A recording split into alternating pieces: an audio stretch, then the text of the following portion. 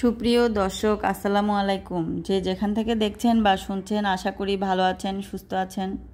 আমি advocate Monowara Akter, Chittagong judge court থেকে।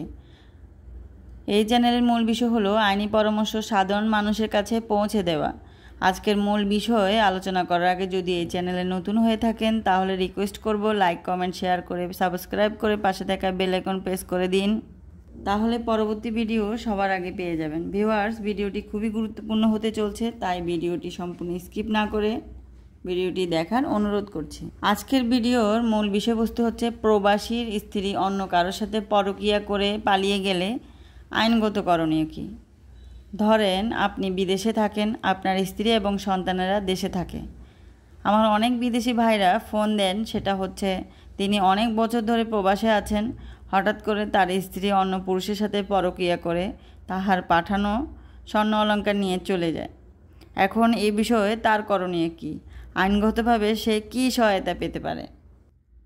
এই বিষয়ে যখন আপনারা আমাদের কল দেন বা মেসেজ দেন তখন আসলে আমাদের তেমন কিছুই বলার থাকে না। কেন বলার থাকে না? যখন আপনি আপনার স্ত্রীর সাথে বৈবাহিক সম্পর্কে থাকেন, বৈবাহিক সম্পর্ক এটি একটি সামাজিক এগ্রিমেন্ট বা চুক্তি। এই চুক্তি নির্ভর করে ভালোবাসা, বিশ্বাস এবং দুই পক্ষের আন্ডারস্ট্যান্ডিংয়ের উপরে। যদি আপনার ওয়াইফ বৈবাহিক থাকা অবস্থায় অন্য পুরুষের সাথে এক্সট্রা ম্যারিটাল অ্যাফেয়ারে জড়িয়ে যায়, সেক্ষেত্রে কি দাঁড়ালো?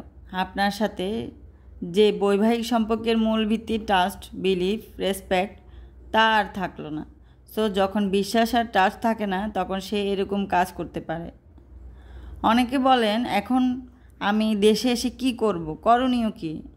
এখন আপনার কয়েকটা জিনিস মাথায় রাখতে হবে।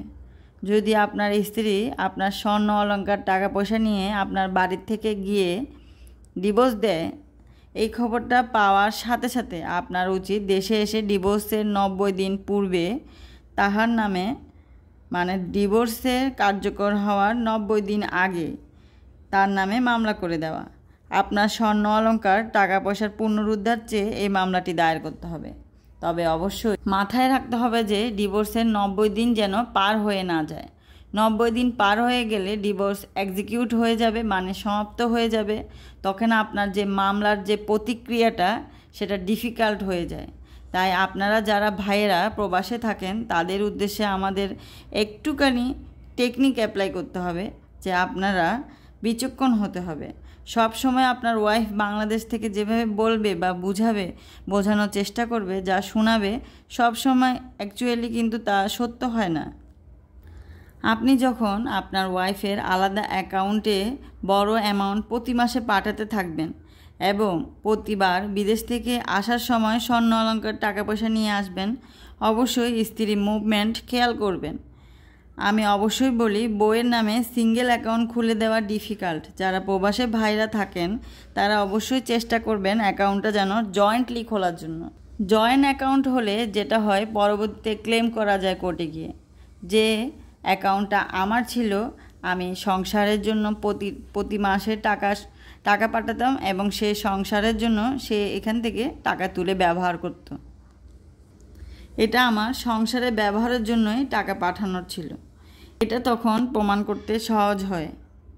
সো এই ক্ষেত্রে আমি বলবো, ফার্স্ট অফ অল একটা কথা মাথায় রাখতে হবে, অবশ্যই আপনি বিদেশে থেকে আপনার কষ্টে অর্জিত টাকা, অর্জিত যত অ্যাসেট, সব কিছু যখন আপনার ওয়াইফকে বিশ্বাস করে তার প্রতি সম্পূর্ণ আস্থা রেখে যখন সব কিছু তার নামে একা করে দেওয়া শুরু করবেন, তখন অবশ্যই অনেক বেশি আপনাকে সচেতন হতে হবে।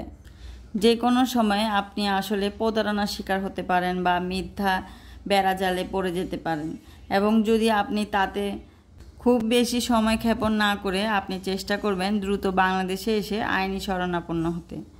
কারণ আপনি যত লেট করবেন ততই আপনার টাকা, স্বর্ণ অলংকার পাওয়ার যে সম্ভাবনাটা থাকবে তা কম থাকবে এবং ততই ডিলে হয়ে যাবে।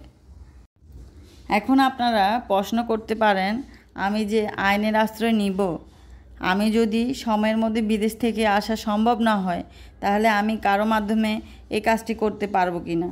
প্রথমত আপনারা চেষ্টা করবেন নিজে এসে মামলাটি দায়ের করতে।